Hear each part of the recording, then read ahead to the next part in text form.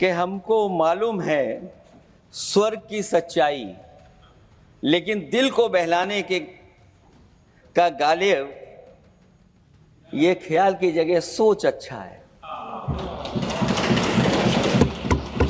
सभापति महोदय, यही फर्क है। सबका साथ, सबका विकास। क्यों झूठे ख्यालों में दिन रात करें, जो बनाते हैं हवा में बातों के महल, आओ उनसे कुछ जमीनी बात करें। और अमेरिका से डील नहीं ढील हुई है। मैं तीसरा सदस्य इस पे बोल रहा हूं। मैं अभी में से पूर्व कांग्रेस पार्टी के नेता माननीय शशि थरूर जी जो बात कह रहे थे, उन्होंने बहुत सारे आंकड़े दिए हैं। सभापति महोदय, वही मिलते जुलते आंकड़े हमारे पास भी हैं। जब कभी जवाब आए तो शायद उन आंकड़ों का जवाब भी आए। और जब वो अपनी बातों को खत्म कर रहे थे तो वो एक शेर पढ़ के गए हैं। मिर्जा गालिब का एक शेर पढ़ के गए हैं सभापति महोदय। सभापति महोदय, यही शेर अगर बीजेपी को पढ़ना होता तो बीजेपी कैसे पढ़ती? अगर यही शेर बीजेपी को पढ़ना पड़ता तो वो पढ़ते कि हमको मालूम है स्वर्ग की सच्चाई, लेकिन दिल को बहलाने के का गालिब ये ख्याल की जगह सोच अच्छा है। सभापति महोदय, यही फर्क है। सबका साथ, सबका विकास। सभापति महोदय, बोलने से पहले मैं जब बजट को देख रहा था और अक्सर सरकार को पिछले कई सालों से चलता हुआ मैं देख रहा हूं, मैं कहना चाहता हूं, क्यों झूठे ख्यालों में दिन रात करें, जो बनाते हैं हवा में बातों के महल, आओ उनसे कुछ जमीनी बात करें। सभापति महोदय, बजट आने से पहले और बजट आने के बाद पूरा देश और पूरे देश में ये बहस चल रही थी कि अमेरिका को लेकर के डील होने जा रही है। सभापति महोदय, मुझसे पहले अभी जो भारतीय जनता पार्टी की माननीय सदस्य बोल रही थी, और भारतीय जनता पार्टी का ये पक्ष है कि हम लोगों ने दुनिया में बहुत सारे देशों से फ्री ट्रेड एग्रीमेंट कर लिया है। सभापति महोदय, मैं भारतीय जनता पार्टी की सरकार से जानना चाहूंगा, अभी कितने देश और बचे हैं जिससे आप फ्री ट्रेड एग्रीमेंट नहीं कर पाए हैं? कुछ ऐसे भी देश बचे होंगे शायद जिनसे आपकी इच्छा होगी कि हम फ्री ट्रेड एग्रीमेंट कर लें। और सभापति महोदय, का फ्री ट्रेड एग्रीमेंट हो भी जाते हैं, जो लोग कभी रुपए के बारे में बहुत चिंता करते थे, कभी कभी उम्र से, कभी कभी दूसरे लोगों की उससे जोड़ देते थे, इतने सब फ्री ट्रेड एग्रीमेंट होने के बाद और अमेरिका से डील नहीं ढील हुई है, उसके बाद हमारा रुपया कहां पहुंचेगा? और अगर यही डील होनी थी तो 11 महीने इंतजार क्यों कराया?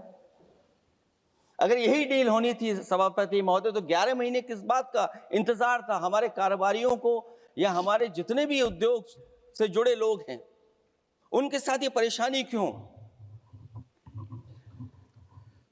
बजट पर सबसे पहला सवाल यही है कि डील पहले बनी है बजट।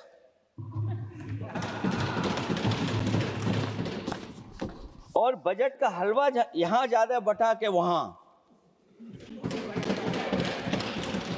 सभापति महोदय, स्वदेशी, आत्मनिर्भर, ये शब्द तो बहुत अच्छे लगते हैं, लेकिन जब डील हो गई है तो क्या इस बजट को लाने से पहले आत्मनिर्भरता और स्वदेशी को अपने अपने शब्दकोश से हटा दिया है या इसको उल्टे अर्थ में विलोम शब्दकोश में डाल दिया है।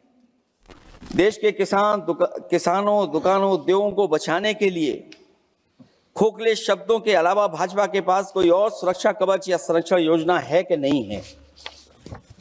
इसलिए मैं सभापति महोदय कहना चाहता हूं, ये बजट दिशाहीन है। इस बजट में कोई विजन नहीं है कि 2047 तक हमारा देश विकसित भारत बन जाएगा। और हम जैसे लोगों को, समाजवादियों को तो सरकार से पहले ही उम्मीद नहीं थी, और जिस सरकार से उम्मीद ना हो उसकी बजट से क्या उम्मीद होगी। इस बजट में पीडीए के लिए कुछ भी नहीं है। कोई योजना दलित, पिछड़ा, महिला, गरीब, अल्पसंख्यक या नवयुग के विकास के लिए नहीं लाई गई है। ऐसा लग रहा है कि सरकार ने इनके बारे में सोचना ही छोड़ दिया है। और अगर जीडीपी हमारी 7% है और नॉमिनल जीडीपी की ग्रोथ केवल 8% है, जो कि लगभग 12% होनी चाहिए थी, इसके कारण लोगों के हाथ में कम पैसा है।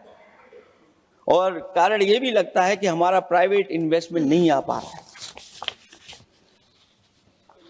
जो लोग ये कहते हैं कि हम प्रति व्यक्ति आय बढ़ा रहे हैं, जो आंकड़े हमारे पास हैं, जो जानकारी हमारे पास है, वो आंकड़ा यही कहता है कि $3000 के लगभग प्रति व्यक्ति आय हमारी है। और अगर हम दुनिया से जब इतना ही जुड़ गए हैं तो 2025 की जो रैंकिंग है, हमारा स्थान 144वां है, 144th है। तो जहां हम इतना 10, 11, 12 साल से हम इतने बजट ला रहे हैं, क्या हमारे पर कैपिटा इनकम लोगों की नहीं बढ़ पाई? और सदन में, इसी सदन में कई बार ये पूछा गया कि जो लोग राशन प्राप्त कर रहे हैं, गरीबी रेखा से नीचे हैं, कम से कम उनकी पर कैपिटा इनकम क्या, ये तो बताना ही चाहिए सरकार को। और पिछड़ेपन को दूर करने के लिए कोई विजन नहीं दिखता इस बजट में।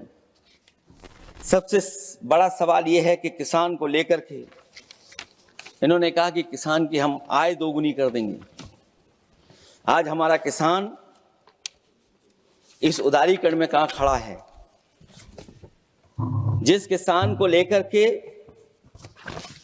पूरे देश के सभी राजनीतिक दल चिंतित रहते हैं, इस डील के बाद हमारे किसानों का हाल क्या होगा? और जब सब कुछ विदेश से ही आएगा तो हमारा किसान भारत में क्या उगाएगा, जमीन पर क्या होगा और क्या बेच पाएगा? सभापति महोदय, सरकार ने बड़ा बजट पेश किया, कहा कि हम एग्रीकल्चर इंफ्रास्ट्रक्चर तैयार करेंगे, एग्रीकल्चर इंफ्रास्ट्रक्चर से हम मंडियां तैयार करेंगे, बाजार तैयार करेंगे, एमएसपी लागू करेंगे। हमारे किसान जब काले कानून के खिलाफ लड़ रहे थे, बड़ी संख्या में जान चली गई, उसके बाद सरकार कहीं पीछे हटी और उन्होंने काले कानून वापस लिए। लेकिन आज भी किसानों को जो कानूनी गारंटी मिलनी चाहिए, वो अभी तक एमएसपी की कानूनी गारंटी सरकार नहीं दे पाई है।